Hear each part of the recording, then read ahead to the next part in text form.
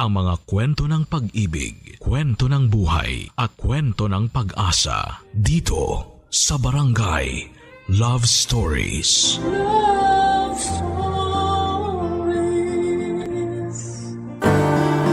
Madaling makuha ang tiwala ng isang tao pero hindi ang respeto. Dahil sa oras na mawala ang respeto ay wala ng kahit na anong salita o paliwanag ang kayang magpabago ng tingin nila sa iyo. Ikaw, kabarangay, kakayanin mo bang samahan sa paglubog sa buhay ang taong mahal mo? Dear Papa Dudut, isang mapagpalang araw po sa inyo at sa ating mga kabarangay na nakikinig ngayon. Itago niyo na lamang po ako sa pangalang Sara. Isang masugid na tagapakinig dito sa Ilocos.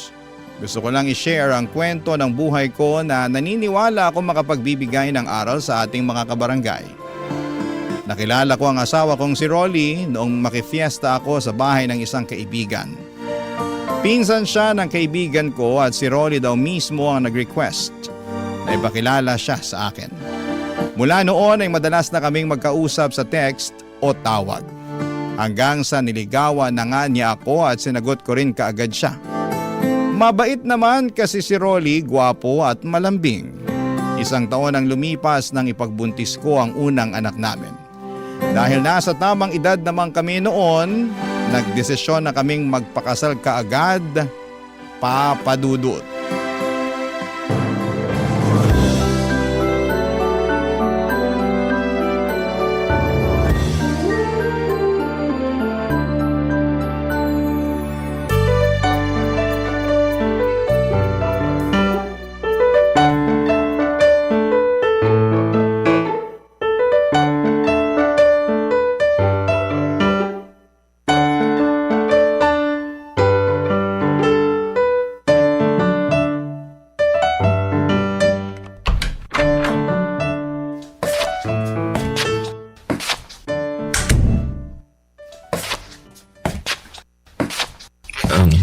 Mahal, dahan-dahan sa paglalakad ha.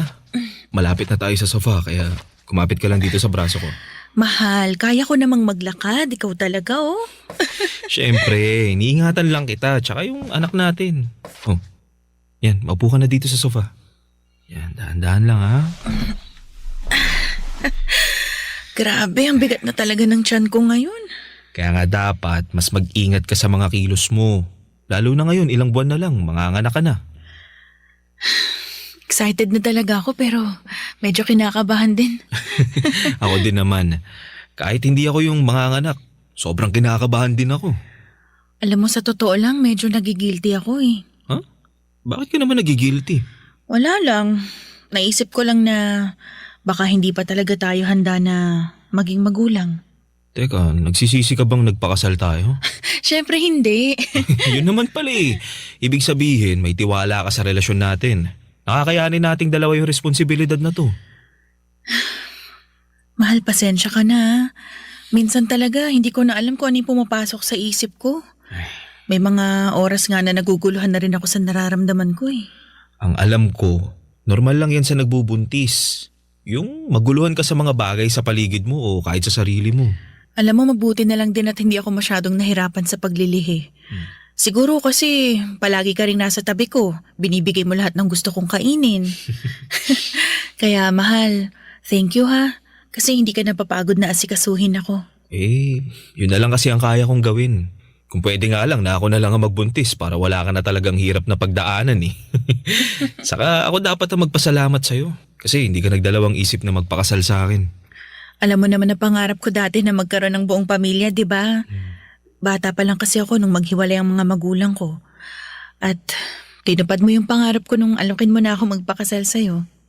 Mahal, sinabi ko sa'yo dati pa na wala akong ibang gustong makasama sa habang buhay kundi ikaw lang. Wala na makilala kita. Alam ko na sa sarili ko na ikaw na yung pang forever ko. Kaya nga nang sabihin mo sa akin na magkakaanak na tayong dalawa, sobrang saya ng puso ko eh. Lalo na nung pumayag ka magpakasal sa akin. Isa yun sa pinakamasayang araw sa buhay ko. Naiyak naman ako sa mga sinasabi mo, mahal. Sinasabi ko lang naman yung totoo. Na tutuparin ko lahat ng pinangako ko sa'yo sa loob ng simbahan. Mamahalin kita ng tapat. Ikaw at ang magiging anak natin. Ako rin. Gagawin ko ang lahat para maging mabuting asawa sa'yo at nanay sa magiging anak natin. Papa Dudut, bata pa lamang ako nang maghiwalay noon ang mga magulang ko kaya pinangarap ko na talagang magkaroon ng buong pamilya. May kaba pa nga sa akin noon nang ipaalam ko kay Rolly ang tungkol sa ipinagbubuntis ko. Natakot ako na baka hindi niya ako panagutan. Pero kabaligtaran noon ang nangyari dahil nakita ko ang saya sa mga mata niya nang sabihin kong magkakaanak na kaming dalawa, Papa Dudut.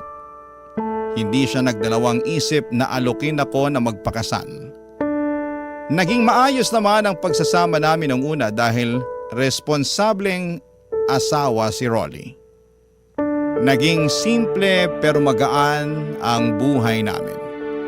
Naitatawid ng pamamasada ng tricycle ni Rolly ang lahat ng pangangailangan namin, Papa Dudut. Hanggang sa nasundan ang anak namin noon. Doon nagsimula na unti-unting bumigat ang buhay namin, Papa Dudut.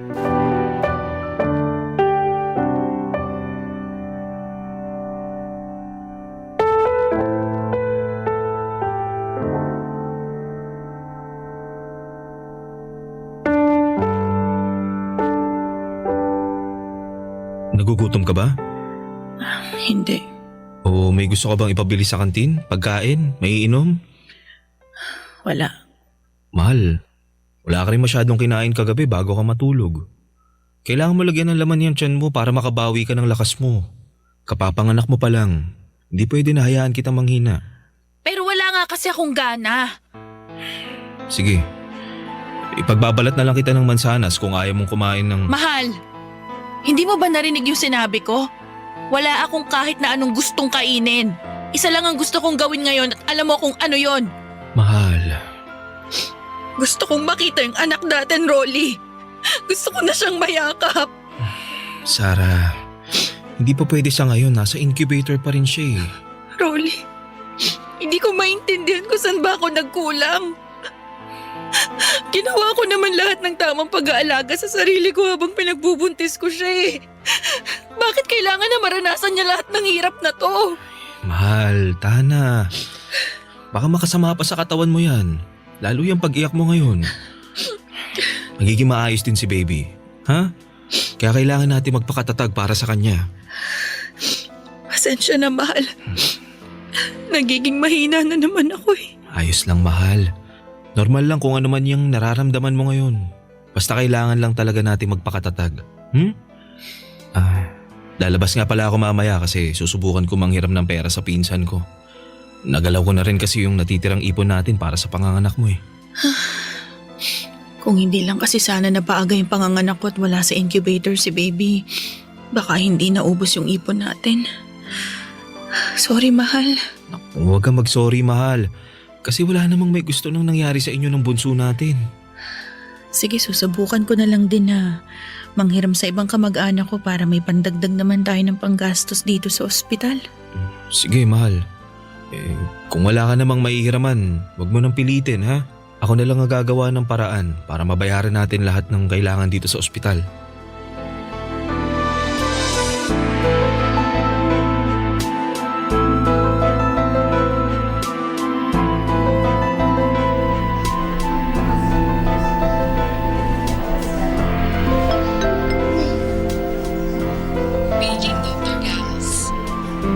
Grabe, Sarah. Kamukhang-kamukha mo talaga ang bunso mo. Ganyan din yung mukha mo habang natutulog ka nung baby ka pa. Talaga po, Tita Lani. Naalala ko nga po na may picture tayong dalawa na karga niyo ako nung baby pa lang ako. Sa anak ng mga pinsan ko, ikaw talaga ang pinakapaborito ko na kargahin noon. Hindi ka kasi malikot saka hindi iyakin. Ay, sana makalabas na sa incubator ang anak mo para makarga na rin natin siya. Yan din po ang palagi naming dasal ni Sarah, Tita Lani. Nako, huwag kayong mag-alala. Mabait ang Diyos at mabuti kayong mga magulang. Kaya sigurado ako na pakikinggan niya ang mga dasal niyo. Naku, Tita Lani, sana nga po. Kasi gusto ko na rin po talagang mayakap yung anak ko eh. Tita, salamat nga po pala dahil pinahiram niyo kami ng pera ni Rolly ha. Para may pambayad kami dito sa ospital. Sarah, kanina ka pa nagpapasalamat sa akin. Sabi ko naman sa'yo, hindi ba? Nandito lang ako kapag kailangan nyo ng tulong kasi malaki ang naging utang na loob ko sa nanay mo.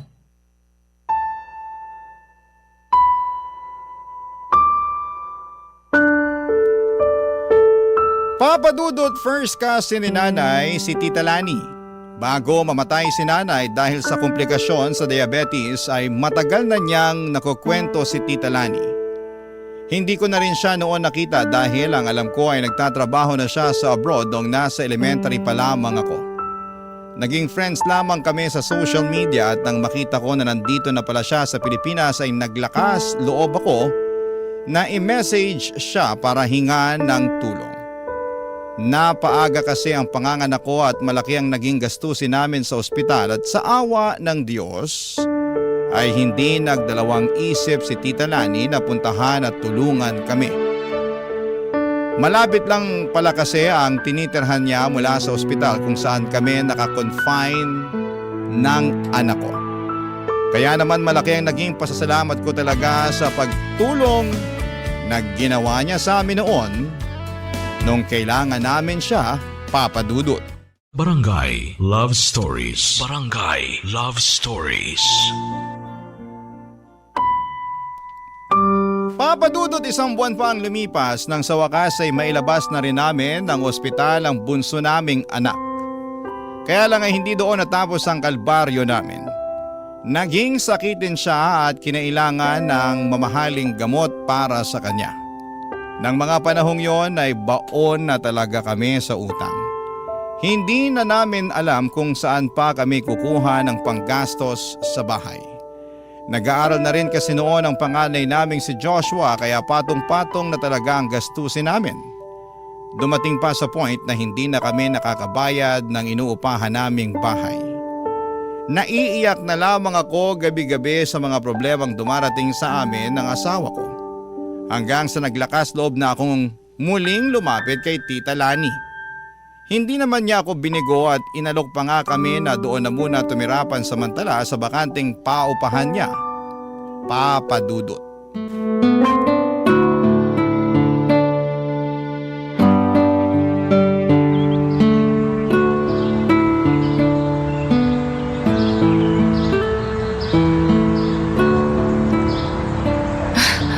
Luwag po ng sala nitong paupahan niyo, Tita Lani. Maluwag ang sala pero medyo maliit ang kwarto at kusina. Naku, pagpasensyahan nyo na lang muna to ha. Kasi ito na lang yung bakante sa mga paupahan ko ngayon. Naku, Tita, napakalaking tulong na po nito sa amin. Oo nga po, tita. Halos kumpleto na nga rin po yung mga gamit dito sa loob eh. May sofa na tapos may malaking aparador pa po sa kwarto. May kalan na nga rin po na magagamit namin para sa pagluluto eh.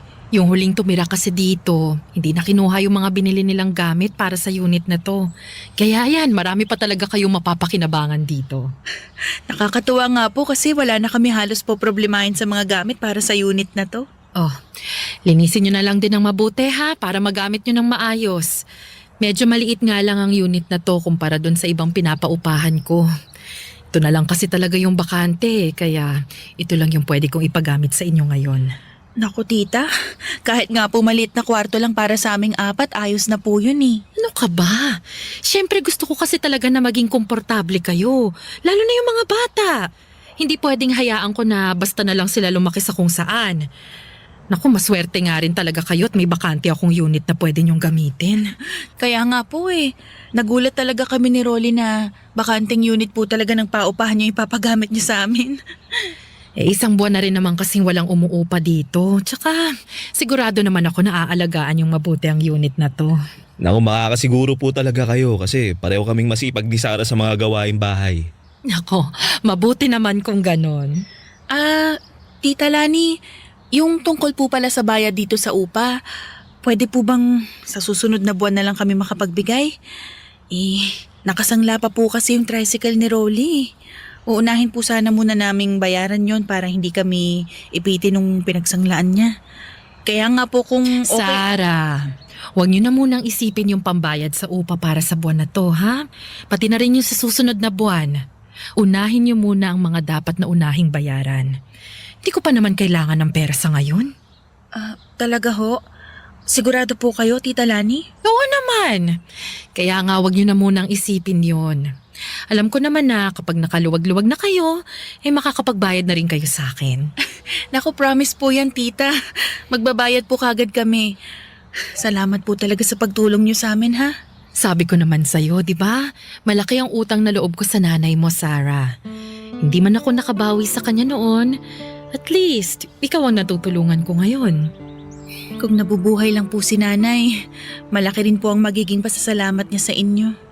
Basta, kung may ibang kailangan pa kayo, huwag kayong mahihiyang magsabi sa akin, ha? Tutulungan ko kayo hanggat kaya ko. Papa Dudut, matandang dalaga si Tita Lani kaya wala siyang ibang kasama sa buhay. Ang kwento niya sa akin ay si nanay ang nagpahiram ng pera sa kanya para makapagtrabaho siya sa abroad. Hindi niya na raw na ibalik ang pera na yon kasi hindi naman daw siya siningil ni nanay. Matagal din siyang nagtrabaho sa abroad at hindi na nakauwi kahit noong mamatay si nanay. Nang makabalik siya sa Pilipinas ay nagpatayo siya ng ilang paupahan at negosyo. Yung bakanteng paupahan niya na may kompletong gamit ang pinagamit niya sa amin ng libre. Nahihiya talaga kami noon ni Rolly pero tinanggap namin lahat ng tulong na binibigay niya. Ang sabi ni Tita Lani kung hindi daw siya pinahiram ni nanay noon ay hindi siya makakapag-abroad at hindi niya maipupundar lahat ng negosyo na meron siya sa ngayon.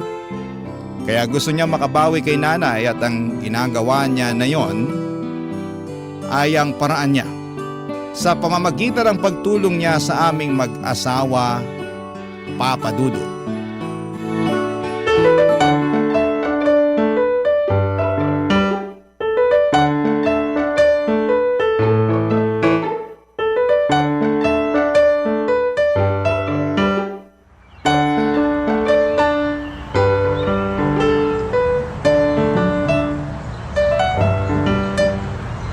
Mabuti naman at nakatulog na sa wakas si baby.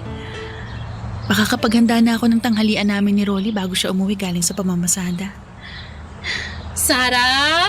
Sarah, nandiyan ka ba sa loob ng bahay? Huh? Sarah? Si Tita Lani yung kumakatok. Ano kayang kailangan niya? Mapuntahan na nga sa sala. Hi po, Tita Lani. Kumusta? Mabuti naman at nandito ka, Sarah. Akala ko kasi hinatid mo si Joshua sa school niya eh. Naku, mainit po kasi kaya hindi na muna kami lumabas ni Bunso. Pinasabay ko na lang po si Joshua sa kaklase niya na nakatira lang dyan po sa tapat. Bakit po pala kayo nandito? Nagluto kasi ako ng adobo kagabi at ito, naparami yung luto ko. Nagdala ko para sa inyo. Naku, Tita. Sakto po kasi plano ko na rin pong magluto sana ng tanghalian namin. Ay, talaga? Naku, buti pala't napaagang pagdala ko nitong ulam. Oo nga ho eh. Ay, tara ho, pasok ho muna kayo. Magsasaing na rin po muna ako bago ko initin tong ulam. Sige.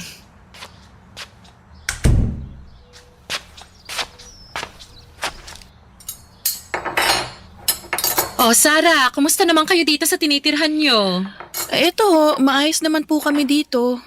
Malakas ang ulan ng isang araw Wala ba kayong naging problema sa mga tulo mula sa kisame? Wala naman ho, Tita.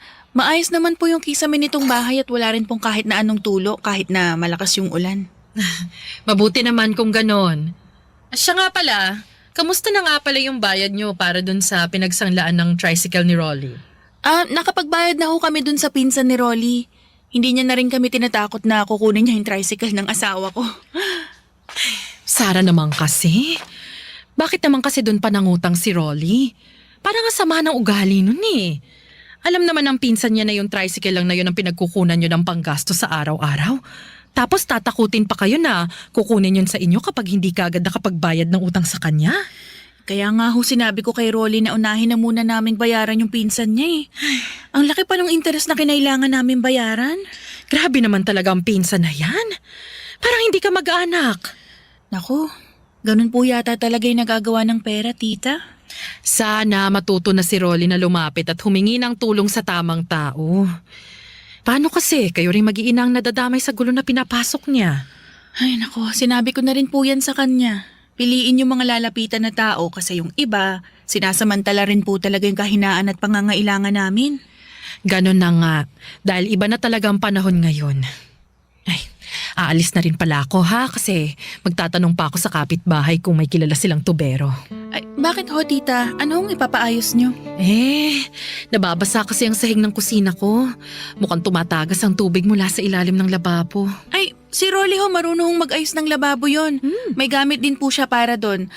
Alam mo tita, ang mabuti pa, papuntahin ko po siya sa bahay nyo pagkatapos niyang magtanghalian mamaya, okay? Papa Dudut, masasabi ko na malaki talaga ang naging tulong ni Tita Lani sa buhay namin noon. Hindi kasi biro ang magbayad buwan-buwan ng upa sa bahay. Kaya naman yung pagpapatira niya sa amin ng libre sa isa sa mga paupahan niya ang naging daan para unti-unti kaming makabangon ng asawa ko. Nasimulan na naming bayaran yung mga pinagkakautangan namin at hindi na rin kami masyadong nagigipit. Kahit pa mahal ang mga gamot ng bunso namin. Hindi lang kasi yung libreng tirahan ang tinutulong sa amin noon ni Tita Lani. Madalas din siyang nagdadala ng mga pagkain sa bahay namin. Hindi lang po basta ulam ha. Kung hindi, paminsan-minsan ay siya pa mismo ang nag-grocery para sa pamilya ko. Nahihiya na nga ako pero hindi ko naman pwedeng tanggihan ang mga tulong na ibinibigay niya. Sabi nga niya mag-isa na lamang naman daw siya sa buhay. Kaya kami na lang din halos ang tinuturing niyang pamilya niya. Papa Dudut. Barangay Love Stories. Barangay Love Stories. Papa Dudut, naging malapit na rin ang anak kong si Joshua kay Tita Lani. Madalas din kasi siya nitong bilhan ng laruan. Alam ko kasi na mahilig sa bata si Tita Lani at pangarap niya rin na magkaanak noon.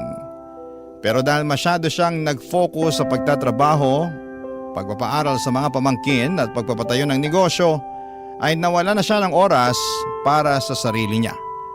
At yung mga pamangkin na pinag-aral niya raw noon ay hindi na rin siya nagagawang kumustahin. Kaya naman pinagpapasalamat niya rin na dumating kami sa buhay niya. Kasi naramdaman niya ulit kung paano ang magkaroon ng isang pamilya.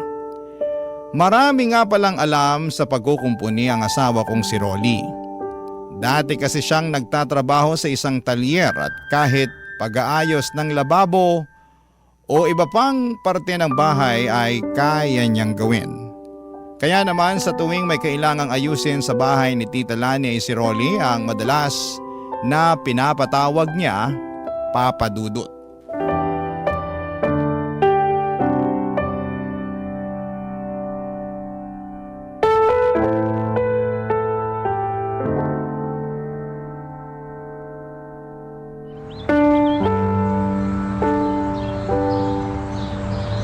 Nasaan na kaya si Rolly? Hindi man lang nagre-reply sa mga text ko kanina pa. Nay, ano pong merienda natin? Oh anak, andyan ka na pala. Ay nako, maupo ka na. Ipaghahain kita ng merienda mo, ha? Nagugutom na nga rin po ako kasi hindi ako nag-recess kanina. Oh, bakit naman hindi ka nag-recess? Hindi ko po ginastos yung baon ko Gusto ko po kasing mag-ipon para may pambili ako ng regalo ko sa inyo ni tatay sa Pasko.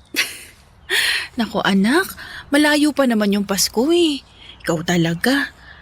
Oh, eto na yung niluto kong maruya para sa merienda mo. Iyan! Yay! Kain ka lang ha. Sa susunod, wag mong ginugutom ang sarili mo ha. At baka ikaw naman ang magkasakit. Opo, Nay. Ang sarap talaga ng maruya na luto nyo. Nako, gutom ka lang kaya mo nasasabi yan.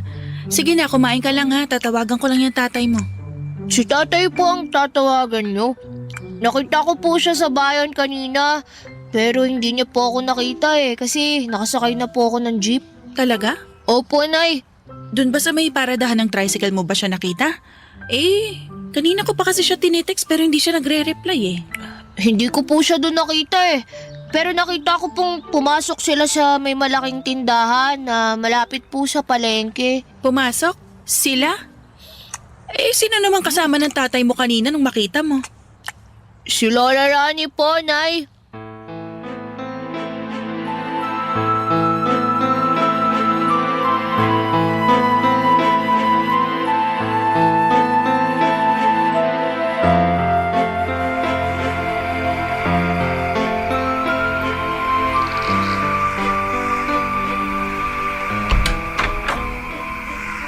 Mabuti naman nakauwi ka na. Hindi ka kasi nagre-reply sa mga text ko eh. Pasensya na, mahal. Nalobat kasi yung cellphone ko eh. Nagre-ring pa naman yung cellphone mo nung tinatawagan ko nung una bago ka tuluyang hindi na makontak. Hindi ko rin kasi napansin na tumatawag ka bago mamatay yung cellphone ko. Ganun ba? Siya, pumasok ka na dito para mapaghain kita ng hapunan. Tulog na rin yung mga anak natin kanina pa. Sayang. Hindi ko pala makukulit ngayon si Bunso. Nako, bukas mo na siya kulitin kasi nahihirapan din akong patulugin siya kanina eh. Oh, sige, mahal. Mukha namang maaga rin siya magigising bukas.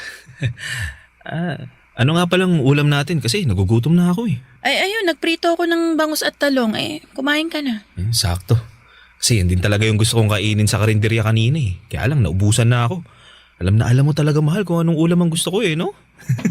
Kakain na ako ha. Sige, kumain ka lang dyan. Ikaw, kumain ka na ba? Oo, sinabayan kong kumain yung mga bata kanina. Ganun ba? Pwede ko na rin palang ubusin tong ulam. Oo na. Sige na, sa'yo na lahat yan. Sarap, mahal. Mahal, bakit ka nga pala ginabi ng uwi ngayon? Naflatan kasi ko eh. Dinaan ko pa dun sa talyer kanina yung tricycle ko. Mga anong oras yon? Ewan ko, mga alas 5 ng hapon. Sa talyer, doon ka lang pumunta kanina? Oo, dun lang. Nintay ko lang na matapos yung pagpapalit ng gulong ko kasi wala na akong extra eh. Pagkatapos, pumasada na ulit ako bago umuwi dito sa bahay. Pasensya ka na talaga, mahal ha. Di ako nakapag-text sa'yo. Ayos lang. Wala namang problema doon, mahal. Papa Dudut, hindi ko alam kung bakit pero mula nang sabihin ang panganay kong anak na si Joshua na nakita niyang magkasama ang asawa at tita ko ay may kung anong kakaibang kaba na nararamdaman ako. Nagsisimula na ring may mga bagay na pumasok sa isipan ko noon. Nadagdagan pa yung kaba ko nang hindi sabihin sa akin ni Rolly na magkasama sila ng hapon na yon ni Tita Lani. Pakiramdam ko tuloy noon ay may tinatago siya sa akin na hindi ko magugustuhan. Pinipilit ko rin talagang iwasan na mag-isip ng hindi maganda kasi malaki ang respeto ko kay Tita Lani. Alam ko rin na malaki ang utang na loob namin sa kanya ng pamilya ko. At kilala ko si Rolly na hindi ako kayang saktan o lokohin. Pero kahit na anong gawin ko noon, kailanman ay hindi na naaalis ang kaba sa dibdib ko.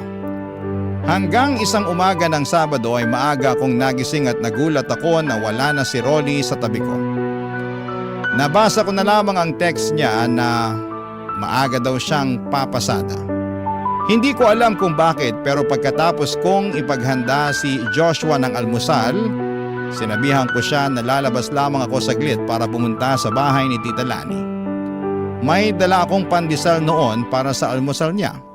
Kumatok ako at nakita ko na bukas ang pinto kaya tumuloy na akong pumasok sa loob ng bahay ni Tita Lani, Papa Dudut.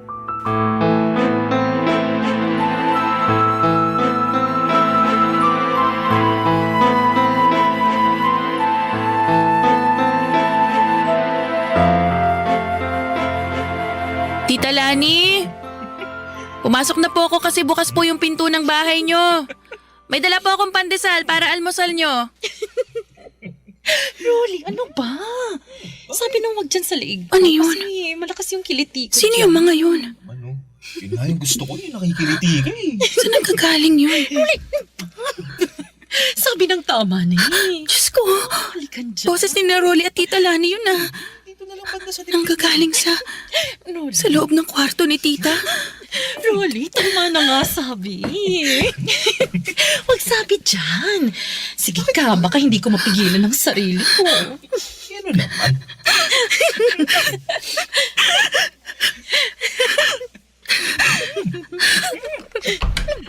Mga walang iya kayo! Mga hayop! Ang bababoy niyo!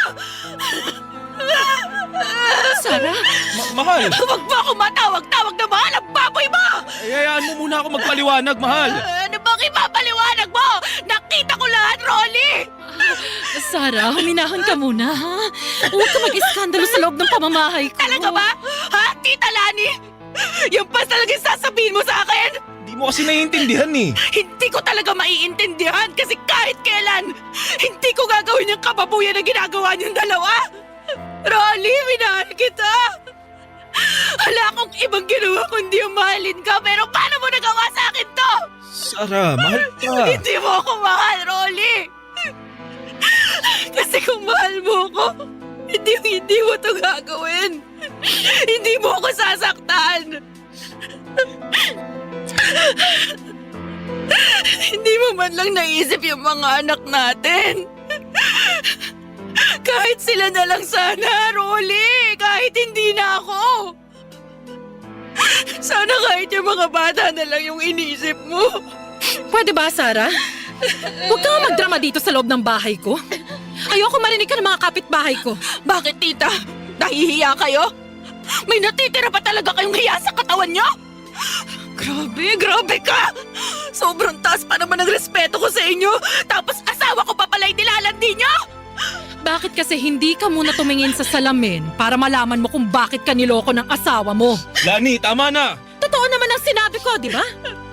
At ikaw mismo ang nagsabi sa akin na mas mabango at magaling ako sa kama kesa dyan sa asawa mo. Sabi ng tama na eh. Ano? Kakampihan mo na siya ngayon? Siya na ulit ang gusto mo? O sige, magsama-sama kayong lumaya sa pamamahay ko at sa unit ko na tinitirahan nyo ngayon ng libre. Lalayas talaga kami ng mga anak ko kahit hindi mo sabihin yan. Kasi hindi ko kayang tumira kasama ng mga anak ko sa bahay na pagmamay-ani ng isang malanting kagaya mo. Sarah, teka, sandali lang. Bitawan mo ako, Rolly!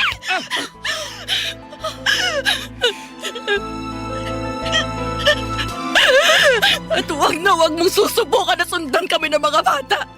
Dahil baka mademanda pa kita. Kayo ng babae mo! Ang bababoy niya!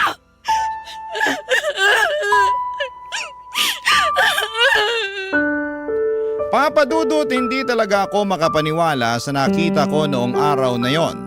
Kung paanong maglandian sina Rolly at Tita Lani sa loob ng kwarto niya. Pakiramdam ko ay sasabog ang puso ko sa sobrang sakit ng nararamdaman ko. Na parang kulang na lamang ay lamunin ako ng lupa. Sa ilang taon na relasyon namin noon ni Rolly, kahit kailan ay hindi niya ako niloko o sinaktan. Kaya naman sobrang laki talaga ng tiwala ko sa kanya. Sa sobrang laki, hindi ko pinansin ang mga bagay na dapat matagal ko nang binibigyan ng atensyon. Yung pagbabago ni Rolly ng password sa cellphone niya, pag-alis ng maaga, at pag-uwi ng malalim na ang gabi. Pati na ang madalas na pagpunta ni Tita Lani sa asawa ko sa bahay niya para magkumpuni ng kung ano-ano doon. Hindi na lang pala bahay ng tita ko ang kinukumpuni ng asawa ko.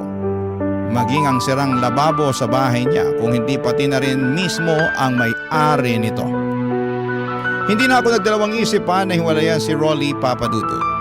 Mabuti na lamang at tinulungan ako ng isang pinsan ko sa side ni Papa at pinatuloy muna kami sa bahay nila. Ngayon ay 2 taon na akong single parent at patuloy na kumakayod para sa mga anak ko.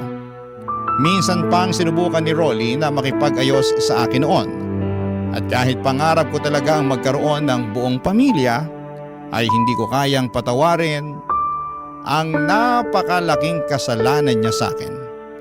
Para lamang maging buo kami, Papa Dudut.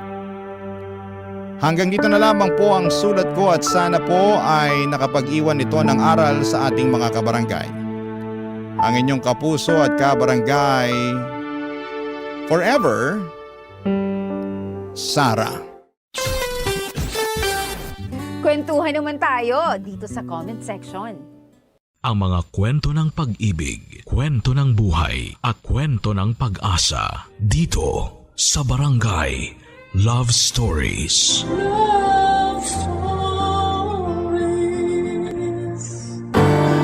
Ang pagkapit sa patalim upang kumita ng pera ay isang malupit at masakit na katotohanan na kinakaharap ng marami sa ating bansa. May mga tao na napipilitang gumawa ng mga bagay na labag sa kanilang prinsipyo para sa pera. Ikaw, kabarangay, ano ang kaya mong gawin at tiisin para lamang kumita ng pera? Dear Papa Dudut, magandang araw po sa inyo. Ako po si Jed at nais ko po sanang ibahagi ang kwento ng buhay ko. Hindi po madali para sa akin ang ikwento ang mga nangyari. Pero matagal na po akong tagahanga ng Barangay LS at sa tingin ko ay makakatulong din sa akin kung may makakarinig at makakarelate sa kwento ko. Dito na po ako sa Pateros ipinanganak at lumaki. Iniwan po ako ng nanay ko noong 4 years old pa lamang ako para sumama sa ibang lalaki. Kaya ang tumatayong magulang ko ay ang tatay ko. Mahal na mahal ko po ang tatay ko at kahit kailan ay hindi ko hinanap ang pagmamahal ng nanay ko dahil hindi nagkulang ang tatay ko sa akin. Ang totoo po niyan, hindi ko na po alam kung nasaan ang nanay ko ngayon. Pero okay lang po. Dahil abala na ako sa mga hamon ng buhay at wala na akong oras para hanapin pa siya. Hindi po kami mayaman ni tatay, Papa Dudut. Ang tatay ko po ay isang construction worker at ako naman po ay nagtatrabaho bilang crew sa isang restaurant. Ang mga kinikita namin ay sakto lamang para sa pang-araw-araw na pangangailangan namin. Pero kahit na ganun pa man ay pareho naman kaming masaya ni tatay. Isa din po sa mga dahilan kung bakit hindi ako sumusuko sa mga pagsubok ng buhay ay ang matalik kong kaibigan na si Migs. Pareho po kaming lumaki dito sa Pateros. Pakiramdam ko po ay isa sa mga dahilan kung bakit nagkakaintindihan kami ni Migs ay dahil pareho kaming lumaki sa broken family. Si Migs po ay iniwan ng tatay niya noong 6 years old pa lamang siya at ang nanay na lang po niya ang kasama niya. Paminsan-minsan nga po ay nagbibiroan kami ni Migs na sana ay magkatuluyan na lamang ang tatay ko at ang nanay niya para maging kapatid ko na lamang siya. Hindi ko po alam kung bakit may mga magulang na ganon, Papa Dudut, pero hanga pa rin ako sa mga magulang na ginagawa ang lahat para sa kanilang mga anak. Tulad ng tatay ko at ng nanay ni Migs. At bukod po sa pagkakaroon ng broken family tulad ko ay hindi rin po nakapagtapos ng pag-aaral si Migs. Nagtatrabaho po siya sa isang talyer at tuwing nagkakatugma, ang mga araw ng day off namin ay nagbi-videoke at nagiinuman kami. At tuwing nagkakaroon ng malalim na usapan ay hindi namin maiwasan na magkwentuhan tungkol sa mga pamilya namin, Papa Dudut.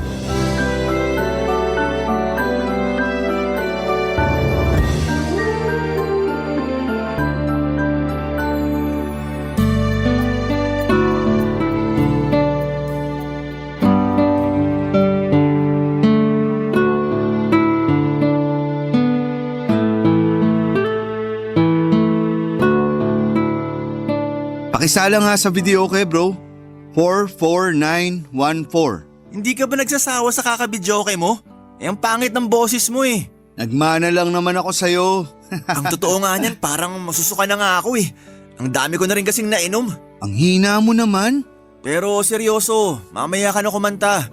Magkwentuhan na muna tayo. Oh, ba't mukhang problemado ka dyan? Naaawa na kasi ko kay nanay eh. Alam mo naman na pinalaki niya ako na mag-isa, di ba? Gusto kong bigyan na maginhawa na buhay yung nanay ko, bro. Pero wala eh. Kulang na kulang yung kinikita ko sa talyer. Uy, ba't ka nagdadrama? Mukhang marami ka na nga nainom. Hindi eh. May sahayop kasi yung tatay ko na yun. Bubuntisin niya si nanay tapos Hindi niya naman pala kami kayang panindigan. Wala siyang kwenta. Hayop siya. Ay, ganun din naman yung nanay ko eh. Huwag kang mag-alala, hindi ka nag-iisa. Ang saya siguro nun, no? Yung alin? Magiging magkapatid tayo kung sakali magkatuluyan yung mga magulang natin. Loko, ikaw talaga. Kung ano-ano na lang yung naiisip mo eh. Yung nanay mo ba, bro? May bala ka pa bang hanapin yon? Naku, wala na. Mag-overtime na lang ako sa restaurant kaysa hanapin ko pa yun. Sayang lang sa oras. Pero ikaw, kahit nasasaktan ka, sa tingin ko sabik na sabik ka pa rin na makita yung tatay mo, no? Tama ba? Siguro. Ewan ko ba? Gusto ko siyang makita pero gusto ko rin siyang sumbatan sa ginawa niyang pangiiwan sa amin ni nanay. May balita ka ba kung nasan yung tatay mo? Wala eh. Pero sigurado ko nasa Pilipinas lang yun. Ang sabi kasi sa akin ni nanay, bobo daw sa English yun. Kaya sigurado kung hindi pa nakakalis ng bansa yun. Grabe ka naman sa tatay mo. Eh ikaw ba? May balita ka ba kung nasan yung nanay mo? Ang sabi sa akin ni tatay, may pamilya na raw yung nanay ko sa Iloilo. Ang layo naman. Uy, may naisip ako. Ba't di mo kaya hanapin yung nanay mo sa Iloilo? Loko-loko, nandito na sa Maynila yung buhay ko. At isa pa, ano namang magagawa ko dun? Hindi nga ako marunong mag-Ilonggo eh. Nakakatuwa sila pag nag-aaway, no? Para naglalambingan lang. Pero seryoso, gaya nga ng sabi ko, ayoko nang hanapin yung nanay ko. Kung masaya siya sa bago niyang pamilya, edi congratulations. Pero ako, hindi ko pababayaan si tatay. Alam mo kung ano yung pinagpapasalamat ko, bro? Kung tutuusin, pwede sana akong ipamigay ng tatay ko sa mga kamag-anak namin nung sanggol pa lang ako. Pero hindi niya ginawa yun. Pinanindigan niya yung pagiging ama niya sa akin. At yun ang kaulugan ng isang tunay na lalaki. Nako, mukhang magkakasundo nga sila ng nanay ko. Kasi ganun din yung nanay ko eh. Nung iniwan siya ng tatay ko, pinanindigan niya rin yung pagiging nanay niya sa akin. Kakatuwa, no?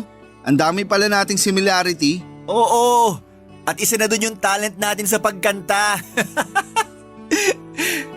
Pero seryoso, salamat bro ha. Salamat saan? Kasi sobrang solid ng samahan natin. Nandyan ka parati para damayan ako. Eto pinapangako ko sa'yo bro. Walang makakasira sa samahan natin. I love you bro. Pakis nga. Sapakin kita dyan eh. Ayoko na talaga. Nasusuka na ako eh. Uwi na tayo. Sobrang killjoy naman ito. Tiisin mo na muna yan. Oh, etong pulutan oh. Hindi ko na talaga kaya bro. Uuwi na ako. Ako na magbabayad nitong in-order natin. Hindi na nga pala ako nasusuka. Ano nga ulit yung number mo? Saan ko na dito sa videoke. Yan tayo eh. Huwag kang mag-alala, titiisin ko na lang. At isa pa, hati na rin tayo sa bayad. Ba't ko naman iaasa sa iyo yung bayad? Eh pareho lang naman tayo na nagtatrabaho. Yun! Papadudod si Migs na talaga yung kasama ko sa lahat ng bagay. Hindi siya yung tipo ng kaibigan na iiwanan ka kapag nahihirapan ka. Siya yung klase ng tao na kahit may pinagdadaanan siya ay hinding-hindi kanya pababayaan. At ganon din naman po ako sa kanya, Papadudod. Para ko na siyang kapatid at gagawin ko rin ang lahat para sa kanya. At isa pa ay magkalapit lang din kasi ang bahay namin. Kaya hindi kami nahihirapan kapag kailangan namin ang isa't isa. Ang totoo niyan ay nalulungkot ako para kay Migs kasi hindi siya yung tipo ng tao na nag-o-open up tungkol sa tatay niya. Pero tuwing nagiinuman kami ay bigla na lamang siyang magrarant tungkol sa tatay niya. At naiintindihan ko naman siya, Papadudod. Kasi hindi naman nagkakalayo yung kwento ng buhay namin.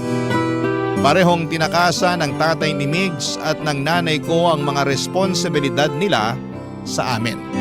Ang totoo po niyan ay asar na asar ako noong unang malaman ko na nasa Iloilo na pala ang nanay ko kasama ang bago niyang pamilya. Sobrang naiinis ako kasi ang kapal naman ng mukha niya na umasta na parang wala siyang iniwang anak dito sa Maynila. Pero kinaya naming pareho ni tatay na wala ang nanay ko. At sigurado ako na hinding-hindi na namin siya kakailanganin kailanman. At ganoon na lang din yung sinabi ko kay Migs na hindi na niya kailangan ng tatay niya kasi nakayanan niya na mabuhay na hindi humihingi ng tulong sa tatay niya. Lumipas nga po ang ilang linggo at wala namang nagbago sa buhay ko.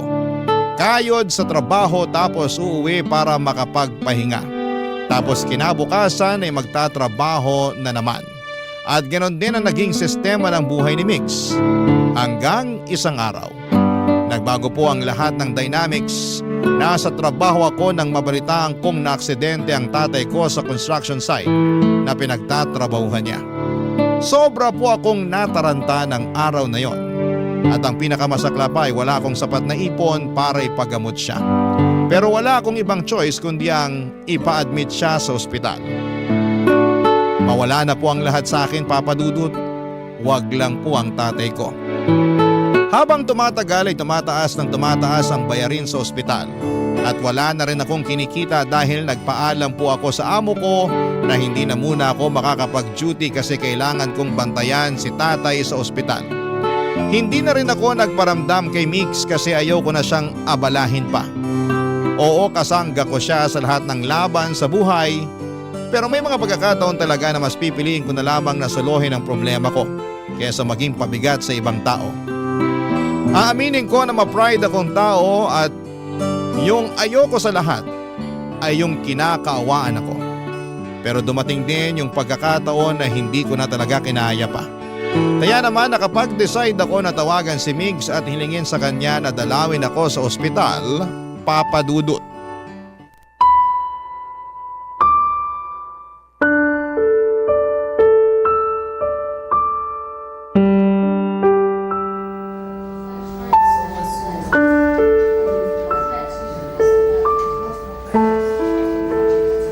Bro, kumusta ka na?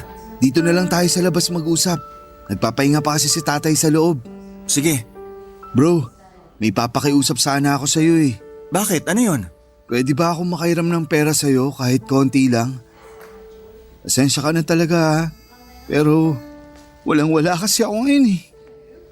Pero promise, babayaran kita kapag nakabalik na ako sa trabaho. Mabuti na nga lang at napakiusapan ko pa yung boss ko na huwag akong tanggalin sa trabaho habang nandito pa ako sa ospital. Sana wag mong masamain tong sasabihin ko sa'yo ha, pero hanapin mo na lang kaya yung nanay mo sa Facebook. Tapos humingi ka na rin kaya ng tulong sa kanya. Matagal na kaming kinalimutan ni Nanay, Migs. Kung ayaw mo akong pairamin, di bali na lang. Gagawan ko na lang ng paraan to. Uy, eto naman. Tampo agad. Kung ayaw mo lapitan yung nanay mo, hindi naman kita pipilitin eh. Suggestion lang yun bro, okay? Suggestion lang. At isa pa, naiintindihan kita kasi ganun din naman ako eh. Kung sakali man na mangyari sa nanay ko yung nangyari sa tatay mo eh, hindi rin ako hihingi ng tulong dun sa tatay ko, no? Pasensya ka na kung napagtaasan pa kita ng boses. Sorry, hindi ko na talaga alam kung anong gagawin ko eh. Pambihira ka naman kasi. Ba't di ka tumawag ka agad sa akin? Kung hindi pa ako sinabihan ng kapitbahay natin, hindi ko pa malalaman na naaksidente na pala yung tatay mo. Kilala mo naman ako eh. Yung ayoko sa lahat, yung kinakaawaan ako.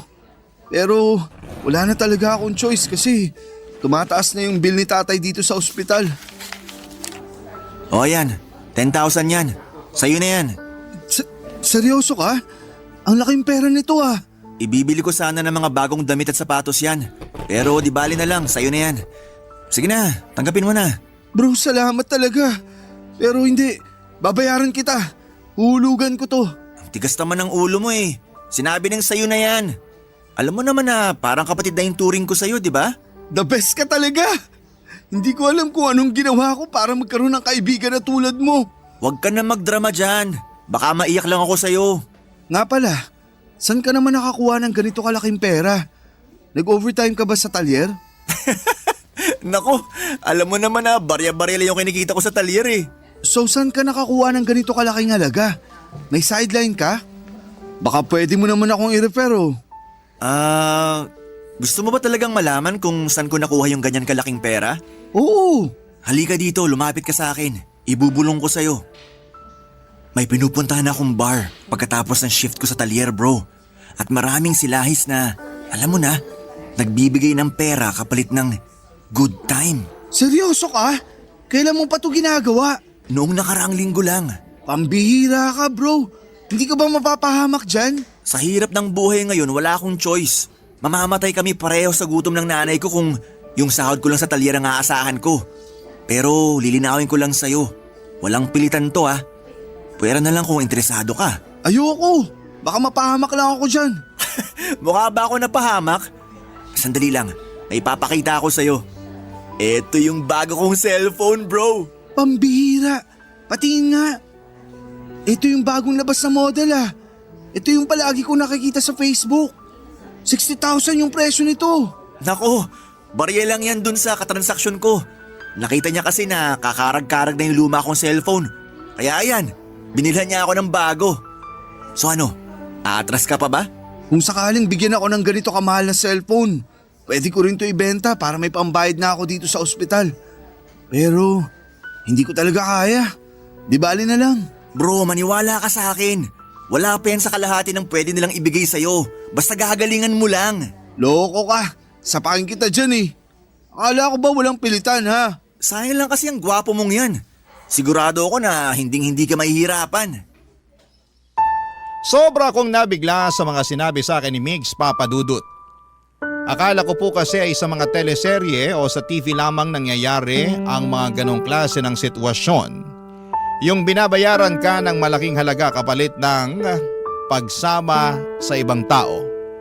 Pero nangyayari pala talaga siya sa totoong buhay.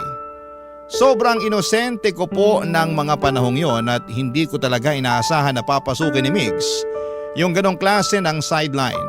Aaminin ko noong una ay hinusgahan ko siya, pero habang tumatagal ay na-realize ko naman na wala namang masama doon basta't pareho kayong may kasunduan ng makakatransaksyon mo.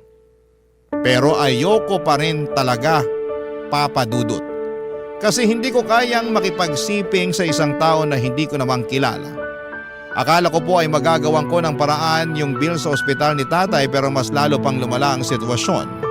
Nang isa-isa nang pumunta sa bahay namin yung mga katrabaho ni tatay sa construction.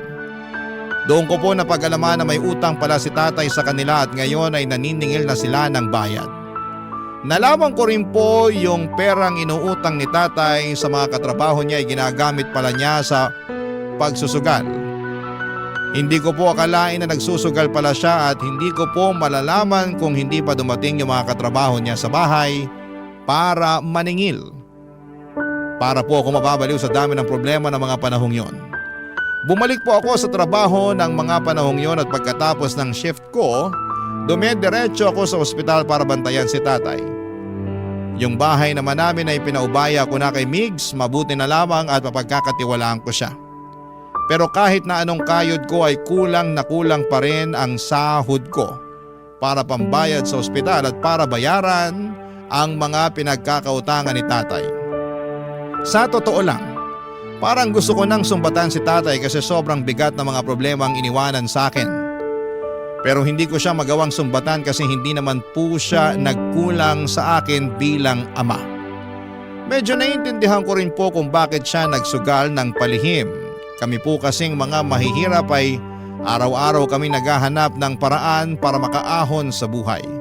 At kahit na anong kayod namin ay parang hindi pa rin namin maabot yung buhay na gusto naming maranasan. Kaya minsan yung iba sa amin, umaasa na lamang sa swerte o sa sugal. Barangay Love Stories. Barangay Love Stories. Dumating ang araw na kinailangan ko talagang lunukin ang pride ko, Papadudut. Nag-Facebook ako at nag-message sa nanay ko na ngayon ay nakatira na sa Iloilo. Nagbabaka sakali ako na baka matulungan niya ako at mapadalhan ng pera. Kasi hindi ko na talaga kayang pasanin lahat ng responsibilidad na iniwan ni tatay. Gustong-gusto ko na talagang mabayaran ng buo yung bill ni tatay sa ospital at pati na rin yung mga inutangan niya. Di bali na pong mahirap basta wala lang utang. Pagkalipas ng ilang araw ay nakatanggap ako ng message mula sa nanay ko. Pero imbis na gumaan ang loob ko, Papadudut, ay mas lalo lamang itong bumigat. Ipinagduldulan niya lang sa akin na masaya na siya sa buhay niya ngayon kasama ang bago niyang pamilya. At ayaw na raw niya akong makausap. Galit na galit po ako noong araw na yon. At hindi ko na napigilan ang sarili ko na umiyak. Hindi nagparamdam ang nanay ko sa akin ng ilang taon at ni minsan ay hindi kami humingi ng tulong sa kanya. Pero nagawa niya pa ring ipamukha na parang wala akong kwentang anak at noong araw na yon ay isinumpa ko na hindi ko nakakausapin ang nanay ko at pati na rin yung mga taong may kinalaman sa kanya. At noong araw na yon ay doon ko na napag-isipan na siguro ay eto na yung senyales ko para tanggapin ang inaalok ni Migs. Nadala ako sa bugso ng damdamin kasi naisip ko noon na wala nang mas nakakahiya pa kesa sa tanggihan at kamuhian ako ng sarili kong ina. Kaya naman nilubos-lubos ko na yung pagluno ko ng pride ko, Papa Dudut. Pumunta po ako sa bahay ni Migs at doon ko na ikinuwento sa kanya ang desisyon ko na tanggapin ang alok niya. Dito ko na naisip na baka eto na rin ang sagot sa lahat ng problema ko, Papa Dudut.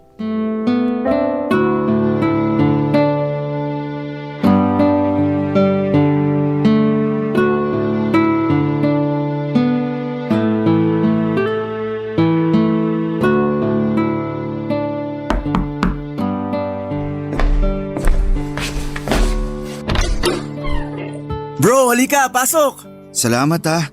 Pasensya na kung biglaan. Ano ka ba? Goods lang kasi yung nanay ko namamalengke.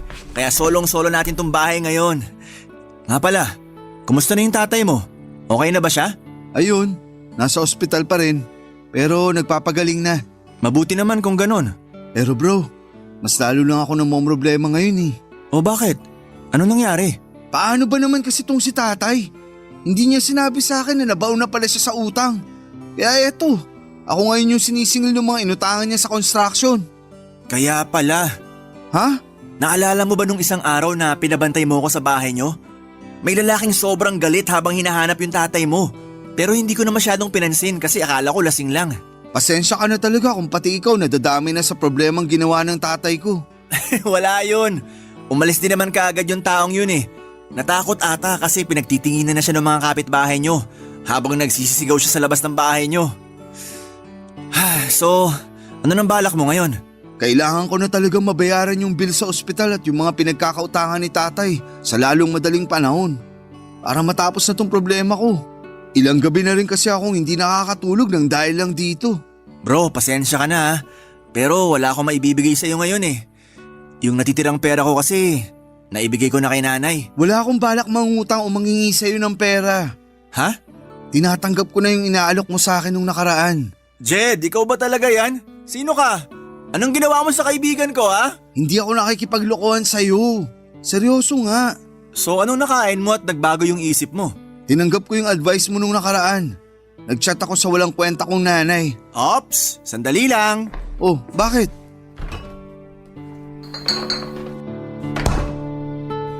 Oh, eto, 1 litro ng beer. Binili ko yan nung isang araw. Pambihira, ba't may beer ka? Iniinom ko yan tuwing tinatalakan ako dito sa bahay. Puro kakalokohan. Hindi ka na talaga nagbago. O eto, shot ka muna. Salamat. Sarap. Sige lang, magkwento ka lang dyan. Ayun na nga. Ipinamukha niya lang sa akin na may bago na siyang pamilya at ayaw niya na raw ako makausap. Ibang klase din talaga. Alam mo yung nanay mo, tatay ko? Wala silang pinagkaiba eh. Ang dapat sa mga yan, binabalatan ng buhay. Hayaan mo na lang. Wala din namang mangyayari kung iisipin pa natin sila. Huy, saglit. Balik tayo. Seryoso ka? Tinatanggap mo na yung inaalok ko sa'yo nung nakaraan? Oo, bakit? Ayaw mo ba? Hindi naman sa ganon. Nakakapanibago lang kasi. Kilala kita, sobrang taas kaya ng pride mo. Hindi ikaw yung tipo ng tao na basta-basta na lang babawiin yung mga salitang nabitawan mo na. Hindi mababayaran ng pride na yan ang bayarin ko sa ospital at yung mga inutangan ng tatay ko. At isa pa, harap-harapan yung pinagduduldulan ng nanay ko sa akin na wala akong kwentang anak. May masasakit pa ba dun? Lugmok na nga yung pride ko.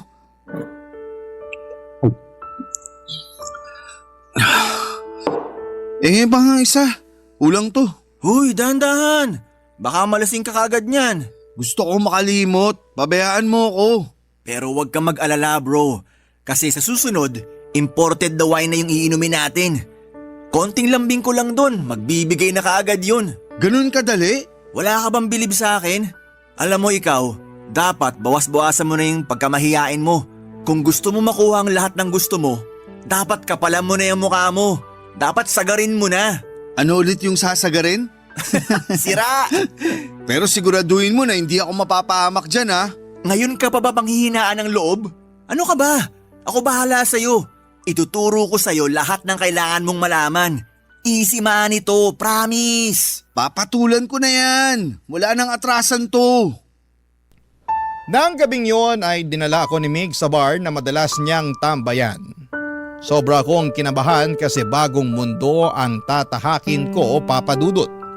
Aaminin ko na gustong gusto ko nang kumalas noon pero tuwing naiisip ko ang mga problema ko sa pera, nawawala rin yung kaba ko. Mabuti na lang talaga at nandun si Migs para tulungan ako. Pero hindi rin nagtagal si Migs sa bar kasi may lalaking nag-book ng hotel at mukhang sobrang interesado sa kanya. Mas lalo tuloy akong kinabahan ang kailangan na niyang umalis. Pero pinilit niya akong manatili at binigyan pa ako ng pera para may pambili ng drinks habang naghihintay. Grabe, Papa Dudut. Nagmukha akong tuod sa bar ng panahon na yon. Nag-online games na lamang ako habang umiinom para hindi ako mabagot agad. Habang tumatagal ay napagtanto ko na baka sinuwerte lang talaga si Migs sa mga lumalapit sa kanya pero makalipas ang ilang oras, may lumapit na rin sa akin na lalaki. May itsura siya, nasa 40s at mukhang may kaya sa buhay. Nagalok siya na bilhan ako ng drinks at pumayag naman ako. Nagkwentuhan kami at tinanong niya kung ilang taon na ako. Saan ako nakatira, may mga simpleng tanong lamang. Pero habang tumatagal ay mas lumalalim na yung mga tanong niya.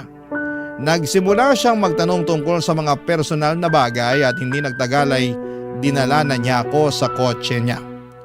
Nag-drive siya at nag-park kami sa isang liblib na lugar. At doon na may nangyari sa amin. Kitang-kita ko na nagustuhan niya yung ginawa ko sa kanya at bilang pasasalamat ay binigyan niya ako ng 5,000 pesos. Kinuha rin niya yung number ko. Grabe, Papa Dudut. Sa trabaho ko sa restaurant ay baka nga hindi ko pa makuha yung 5,000 sa isang linggo. Tapos nung gabing yon ay hindi pa umaabot ng 5 oras ay naka 5,000 na ako. Lumipas ang ilang linggo at nagpatuloy yung arrangement namin at lumaki na rin nang lumaki yung pera na natatanggap ko sa kanya. Nang ikinuwento ko sa kanya ang kalagayan ng tatay ko ay hindi siya nagdalawang isip na bigyan pa ako ng pera. At doon na nga mas gumaan ang buhay ko. Nabayaran ko na po ng buo ang hospital bills ni tatay at pati na rin yung mga pinagkakautangan niya. At noong nagkapera na ako ay naisipan kong yayain si Mig sa bahay. Bumili ako ng mga mamahaling alak bilang pasasalamat na rin sa kanya. Kasi kung hindi dahil kay Migs, baka nabubog na ako ng mga inutangan ni tatay at baka mas lalo pang lumaki ang bayarin ko sa ospital, Papa Dudut.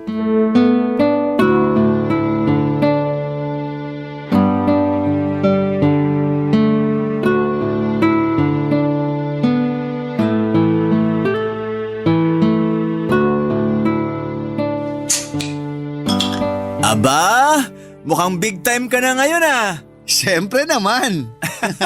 Alam mo bro, masaya ako para sa'yo kasi hindi ka na namumroblema ngayon.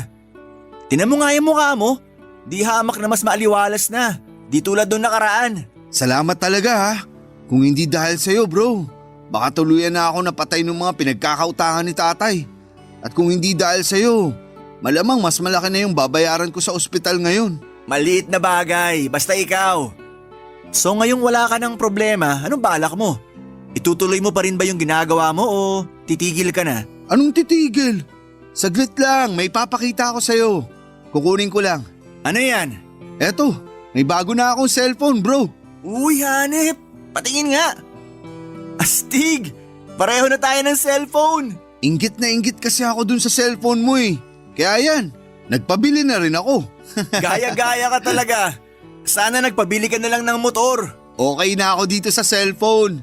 Mukhang namimihasa ka na talaga. So ano nga? Wala ka nang balak tigilan yung ginagawa mo, no?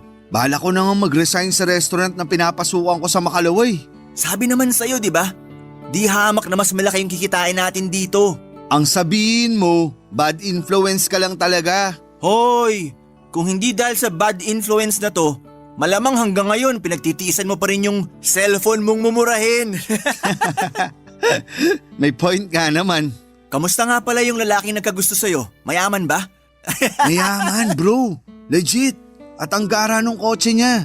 Tapos hindi siya umayaw tuwing nangihingi ako ng pera. Sana pala ako na lang yung nakabingwit dyan. Kasi yung nagkagusto sa akin mukhang nauubusan na ng pera eh. Paano ba naman? Nung humingi ako ng pera nung nakaraan, 1,000 lang yung binigay sa akin. Hayaan mo na. Parang dagat lang yan. Minsan high tide, minsan low tide. Expert na expert ah. Sa susunod, ako na to magpapaturo sa'yo kung paano makabingwit ng big time. Sira. Pero seryoso, sa tingin ko, okay na ako sa ganitong klaseng buhay. Kasi mabait naman yung nagkagusto sa akin eh. Tapos, ayaw niya yung nakikipagtalik ako sa iba. Ayos yun, di ba? Para safe daw. Buti ka pa nga. Kasi yung sa akin kung sino-sino na lang yung pinapatulan eh. Halatang uhaw na uhaw. Mabuti na lang talaga at palagi ako nag-iingat. Ay, nga pala bro, baka pwede mo naman akong i-refer dyan sa kakilala mo. Swerte-swerte mo naman. Hindi mo na kailangan maghanap ng iba para lang magkapera. Malabong mangyari yan. Patay na patay kasi sa akin yun eh. Yabang neto. Ano ba itsura nung nabingwit mo ha? Baka nakita ko na yan sa bar dati. Palaging nakasalamin, may balbas, palaging nagsusuot ng may kwelyo, tapos naka-black na pants at sapatos. Ha? Sino kaya yan? Wala ako nakikitang ganyan sa bar. Di na ako magtataka kasi nung tinanong ko siya kung palagi siyang tumatambay sa bar, ang sabi niya first time niya lang daw sa bar na yun. Kapag sinaswerte ka nga naman oh. First time mo din sa bar na yun nung gabing yun. Pero nakabingwit ka kagad ng mayamang paninindigan ka. Kung swerte ako, swerte ka rin. Kasi kung anong meron ako, meron ka rin. Solid tayo, di ba? Solid forever bro. Basta kapag yumaman ka na, wag mo akong kakalimutan ha. Bro, nung mga panahong walang-wala ako, nung mga panahong nalulungkot ako sa pagkawala ni nanay, at nung mga panahong lugmok na lugmok ako sa problema, ikaw yung laging nandyan para sa akin. Siyempre, hindi kita makakalimutan. Thank you bro, love you. Nga pala, bago ko makalimutan, may binili nga pala ako para sa'yo. Ano na naman yan? Eto, bumili nga pala ako ng mamahaling casing para sa cellphone natin. Dalawa yan, isa sa'yo at isa sa akin. Uy, mukhang mamahalin nga. Thank you bro, the best ka talaga. Sandali lang, meron pa nga akong ano dito eh. O ayan, power bank. Para din sa akin to? Hindi, gusto ko lang ipagyabang. Joke lang, sa'yo talaga yan. Nak, sa sensado. At tuluyan na nga akong nilamon ng sistema ng panahong yon, Papa Dudut. Aaminin ko na naging bulag ako sa mga bagay na nakamit ko. At sa mga pagkakataong yon ay parang nakalimutan ko na ang mga prinsipyo ko. Nasilaw ako sa lahat ng natamo ko, sa pera at sa mga material na bagay. Pero sa kabila ng lahat ng yon ay nagpapasalamat pa rin ako kay Migs. Kung hindi dahil sa kanya ay baka hindi ko pa nabayaran ang mga utang ni tatay at baka mas lalo pang lumaki ang problema ko sa buhay. Lumipas nga ang ilang linggo at nagpatuloy ang pakikipagkita at transaksyon ko sa lalaking nagbibigay sa akin ng pera. Akala ko noon ay ganito lang pala kadali ang buhay. Kung iahalin tulad ninyo po sa online game, para ko nakahanap ng cheat code o hack na nagpapadali ng lahat. Pero isang gabi habang may nangyayari sa amin sa kotse niya at inaabot niya sa akin ng pera ay may napansin ako sa wallet niya. Sa isang sulyap ay nakita ko ang isang larawan ng pamilya. May kasama siyang babae at bata at bigla akong kinabahan at naramdaman ko yung bigat ng konsensya ko. Hindi ko po inaasahan na sa mga oras na ito habang tinatanggap ko ang pera at pinagpapatuloy ang mga bagay na hindi ko akalaing darating sa buhay ko ay may nasisira na pala akong pamilya. Kung tutuusin, may mga taong nagmamahal sa kanya na posibleng masaktan kapag nalaman nila ang ginagawa namin. Hindi ko na napigilan ang sarili ko at kinumpronta ko siya tungkol sa picture na nakita ko sa wallet niya. Tumawa lamang siya at sinabing hiwalay na raw sila ng asawa niya. Noong tinanong ko kung nasaan ang asawa niya, sinabi niya na nasa mabuting kalagayan na raw at ganoon din ang bata. Kaya hindi ko daw dapat ipag-alala kung may nangyayari sa amin. Nakaramdam po ako, Papa Dudut, ng kaunting ginhawa. Nang gabi ding yon na pagkatapos kong itanong sa kanya ang tungkol sa pamilya niya, hindi na ako nangulit pa. Tumahimik na lamang ako, Papa Dudut. Sa totoo lang ay takot ako na kung magsalita pa ako ay baka magbago ang lahat at mawala na ng tuluyan ang pinagkakakitaan ko. Nang mga panahong yon, Papa Dudut. Barangay Love Stories. Barangay Love Stories. Papa Dudut, dumating na sa puntong nakapag-ipon na ako ng sapat na pera at unti-unti ko na ring napapagawa ang bahay namin. Kasabay nito ay unti-unti na ring gumaling si tatay. Ang saya ko talaga, Papa Dudut, dahil hindi na lang ako nakakabili ng gamot para sa kanya, kundi pati na rin yung mga simpleng pangangailangan niya. Kaya naman talagang nararamdaman ko ang pag-asenso ko sa buhay kahit papaano. Pero sa kabila ng mga magagandang pagbabago sa buhay ko ay napansin ko na unti-unti rin na nade-depress si Migs. Napapansin ko kasi yung mga post niya sa Facebook at talagang nararamdaman mo na may pinagdadaanan siya. At nung hindi na niya sinasagot ang mga tawag at messages ko ay talagang nag-worry na ako. Isang araw ay nag-decide akong pumunta sa bahay nila at nandun ang nanay niya. At nang tinanong ko kung nasaan si Migs ay sinabi niyang madalas na lang daw na natutulog ito. At isang beses sa isang araw na lang daw kumain. Nag-worry ako lalo at nagtanong ako sa nanay ni Migs kung ano ang nangyayari. Pero kahit yung nanay niya mismo ay hindi alam kung ano ang nangyayari kay Migs. Alam ko na may mga pagkakataon sa buhay na ang isang tao ay kailangang mapag-isa para makapag-isip. Kaya't napag-isipan ko na siguro ay kailangan lamang ni Migs ng oras para magpahinga at makapag-reflect. Pero dumaan ang isang linggo at wala pa ring pagbabago sa kalagayan niya. Nang pumunta ulit ako sa bahay nila ay ganoon pa rin ang sitwasyon. Si Migs palaging nakahiga lang sa kama at bihira pa rin kumain.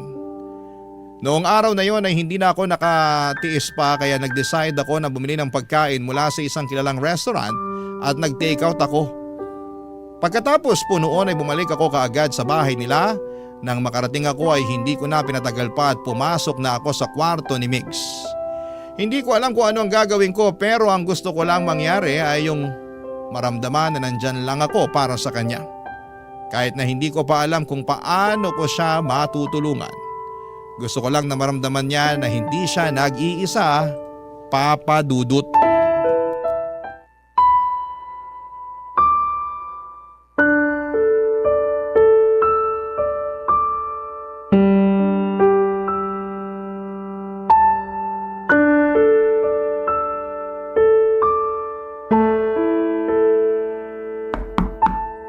Bukas yan.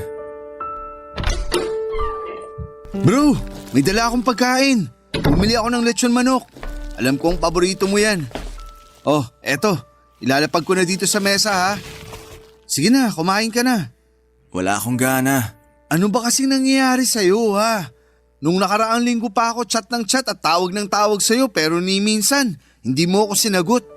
Pati yung nanay mo wala na rin alam sa mga nangyayari sa'yo. Pabayaan mo na muna ako.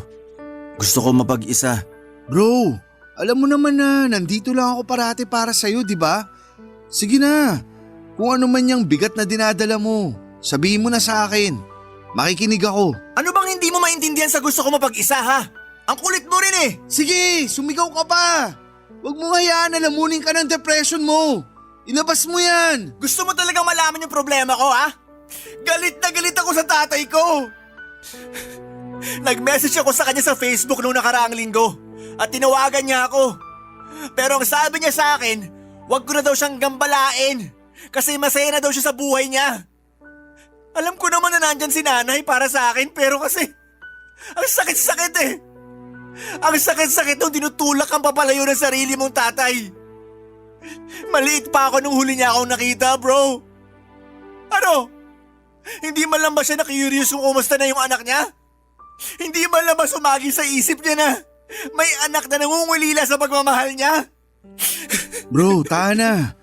Naiintindihan kita kasi pinagdaanan ko rin yan sa nanay ko. Pero kinaya naman natin na wala sila, di ba? Yun na nga eh. Wala silang ambag sa mga buhay natin. Pero bakit nangungulila pa rin ako sa pagmamahal ng isang ama? Kung alam ko lang na masasaktan ako ng ganito, sana pala, hindi na lang ako nag-message sa kanya sa Facebook. Eh, ikaw naman kasi. Dapat simulat sa pool pa lang, nilabas mo na yung kinikim-kim mong sama ng loob sa tatay mo para hindi ka na nasasaktan ng ganito. Puisit naman kasi na buhay to eh. Ang kapal din naman ang mukha niya para ipamukha sa akin na wala akong kwentang anak. Eh kung tutuusin, siya tong walang kwentang tatay. Gusto mo ipabarang natin yung tatay mo? Naniniwala ka doon? Hindi natin malalaman kung hindi natin susubukan, di ba? Isasabay ko na rin yung nanay kong walang kwenta.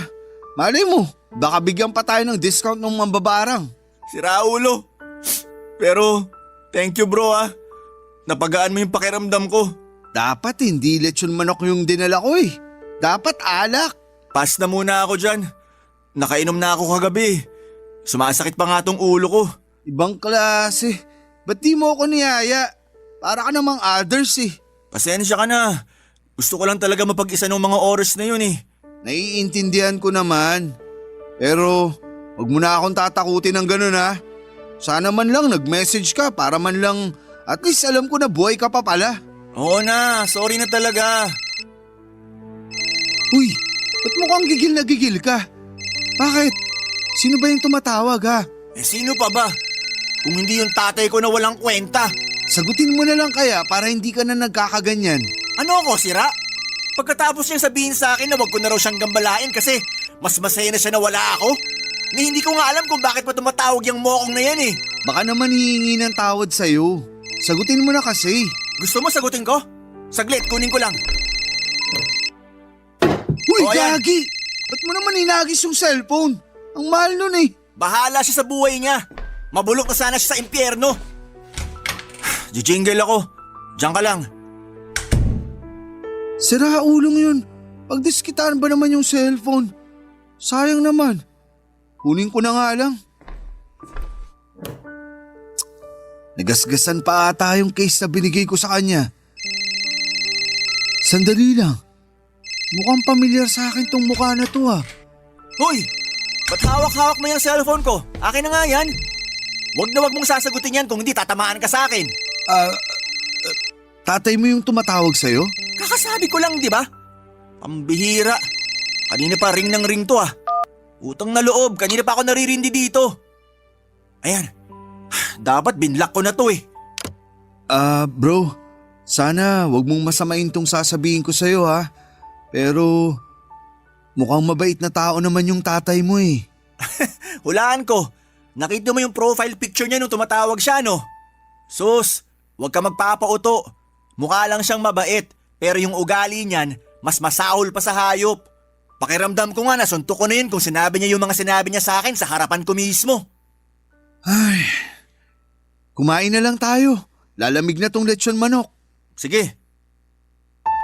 Sobra akong nagulat papadudot nang makita ko yung profile picture ng tumatawag kay Migs. Yung tatay ni Migs at yung lalaki na nagbibigay sa akin ng pera ay iisa lang pala. Alam kong marami sa mga kabarangay natin na magagalit sa sasabihin ko pero pinili kong itago kay Migs na tatay niya pala ang katransaksyon ko. Kasi natakot ako na baka mawalan ako ng pera.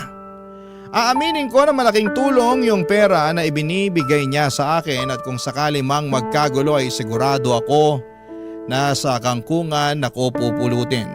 Lalo na't wala pa akong trabaho. Habang tumatagal ay mas lalong bumigat ang konsensya at naiilang ako sa pakiramdam. Kasi tatay mismo ng best friend ko ang pinatulan ko. Doon ko rin napagtanto na yung family picture na nakita ko sa wallet niya ay baby picture pala ni Migs.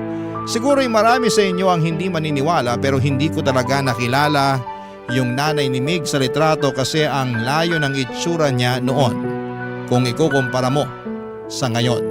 Parang ibang tao na siya ngayon kumpara doon sa nasa family picture. Habang patuloy kami sa pagkikita ng tatay ni Migs ay pasimple ko siyang tinatanong tungkol kay Migs. Inamin niya na ang dahilan kung bakit may picture ni Migs at ng nanay niya sa wallet niya ay para ipakita na hindi siya silahis tuwing nagtatangka siya o nagtataka yung mga katrabaho niya kung lalaki ba talaga siya. Sabi pa niya na wala na raw siyang balak na makipag-ayos kay Migs o sa nanay nito. Nung marinig ko yon, sobrang nalungkot ako para sa best friend ko, Papa Dudut. Tumagal pa kami ng ilang buwan sa ganitong setup pero doon ko na naisip na kailangan ko na talagang tapusin ang pakikipagkita ko sa tatay ng best friend ko. Ang totoo niyan ay tutol na tutol yung tatay ni Migs sa gusto kong mangyari kasi nahulog na daw ang loob niya sa akin. Pero nanindigan ako at tuluyan ko na talaga siyang iniwanan. Nakalikom na ako ng sapat na pera at gusto ko na ring magsimula ng bagong buhay. Hindi ko na kayang ipagpatuloy yung ginagawa ko dahil alam ko na tinatraidor ko na si Migs at diring-diri ako sa sarili ko tuwing naiisip ko yung ginagawa ko sa best friend ko. Doon ko na na-realize na sobrang halaga pala ng itama ang mga mali mo habang maaga pa. Kasi kung ipagpapaliban mo lamang ay baka hindi mo na rin mamamalayan na huli na pala ang lahat. Isang araw nang pumunta si Migs sa bahay ay niyaya niya ako na makipag-inuman at hindi ko akalain na mangyayari na yung matagal ko nang kinatatakutan, Papa Dudut.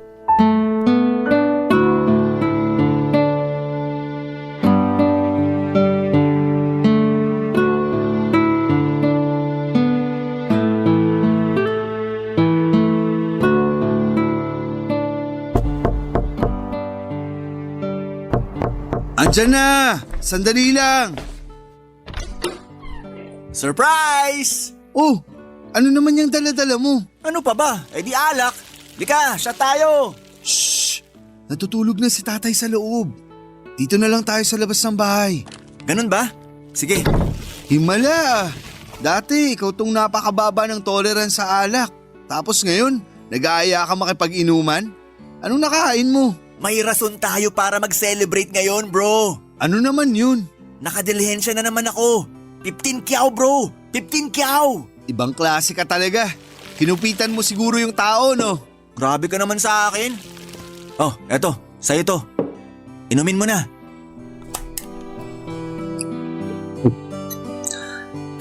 Salamat. Nga pala, kamusta yung sideline natin? Ang totoo nga niyan, titigil na ako. Maghanap na ako ng matinong trabaho bukas. Ha? Bakit? Sayang naman. Mukhang mapera pa naman yung nagkagusto sa'yo. Ayoko na, bro. Kung tutusin, yung mga utang ni tatay at pampa-ospital niya lang naman yung dahilan kung bakit ko pinasok ang ganitong klaseng trabaho.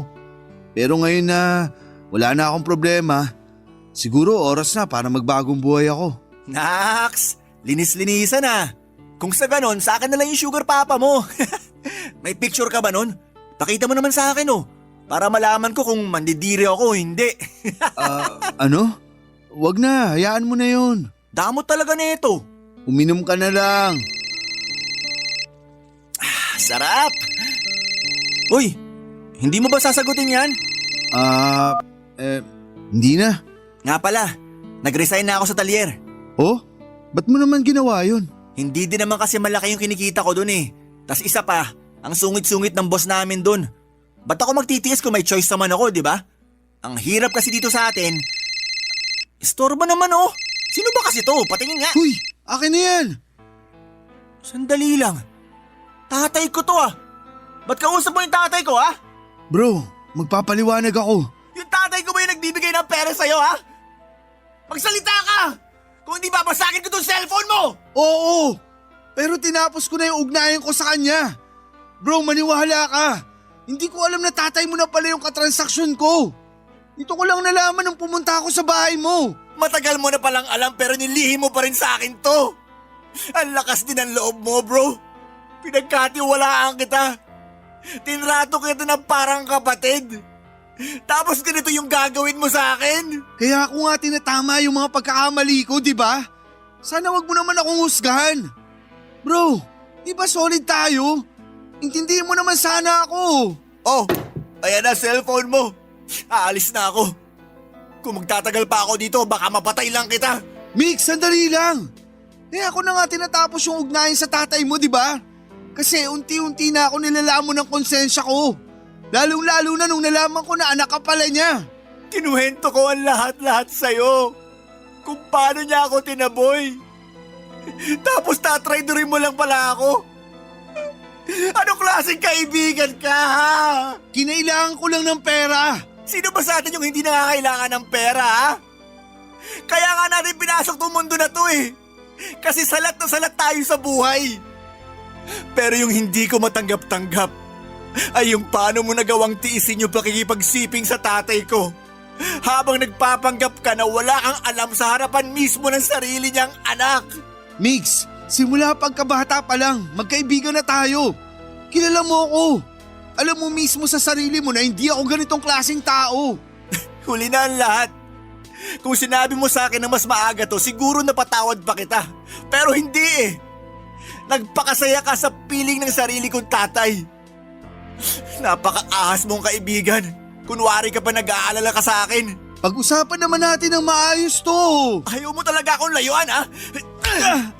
Layuan mo ako! Kung hindi, mas malala pa dyan ang aabutin mo sa akin! Papadudot, ang dami ko pong tinamong galos noong araw na yon. Pati yung tatay ko ay nag-alala sa akin. Pero nagsinungaling ako at sinabi ko sa kanya na napagtripan lamang ako sa may kanto. Pero kahit na ang dami kong galos ay hindi ko pa rin makuhang magalit kay Migs kasi tama naman ang mga sinabi niya. Kasalanan ko rin kung bakit hindi ko siya sinabihan ng mas maaga tungkol sa mga nalaman ko. Sinubukan ko pong puntahan si Migs sa bahay nila pero hindi na niya ako kinausap. Ang nanay na lamang niya ang humaharap sa akin pero mukhang walang alam ang nanay ni Migs ng mga panahon na yon. At nakita ko rin na blinak ako ni Migs sa Facebook. Mukhang pinutol na nga talaga ni Migs ang ugnayan naming dalawa. Ang totoo po niya ay sobra akong nanghihinayang kasi para ko na siyang kapatid. At kung maibabalik ko lamang ang panahon, sana'y hindi ko na lamang ginawa yung mga nagawa ko. Madaling kitain ang pera. Pero ang pagmamahal ng isang tunay na kaibigan ay mahirap hanapin. Kaya sa mga kabarangay natin dyan, kung may mahal kayo sa buhay, wag na wag kayong magsasawang iparamdam sa kanila na importante sila sa inyo at wag na wag nyo silang paglilihiman kung ayaw ninyong mangyari sa inyo yung nangyari sa akin. Sa ngayon po, Papa Dudut, ay nakahanap na ako ng trabaho bilang clerk sa isang kilalang convenience store at wala na rin akong balita kay Mix. Pero tuwing napapadaan ako sa bahay nila ay napapansin ko na palaging walang tao doon. Ang totoo niyan ay sobra akong na-curious kung ano nga ba ang kalagayan ni Migs at ng nanay niya pero mukhang hindi ko na talaga makukuha ang sagot sa mga katanungan kong yon. Kung sakali man po na may mga bagong kaganapan sa buhay ko ay makakaasa po kayo, Papa Dudut, na magpapadala ulit ako ng sulat sa inyo. Maraming salamat po sa pagbibigay sa akin ng opportunity para may kwento ko sa inyo ang isa sa mga pinakamasaklap na bahagi ng buhay ko. Ang inyong forever kapuso at kabarangay, Jed. Ano ang masasabi mo sa ating Barangay Love Stories today? Aabangan namin yan sa aming comment section.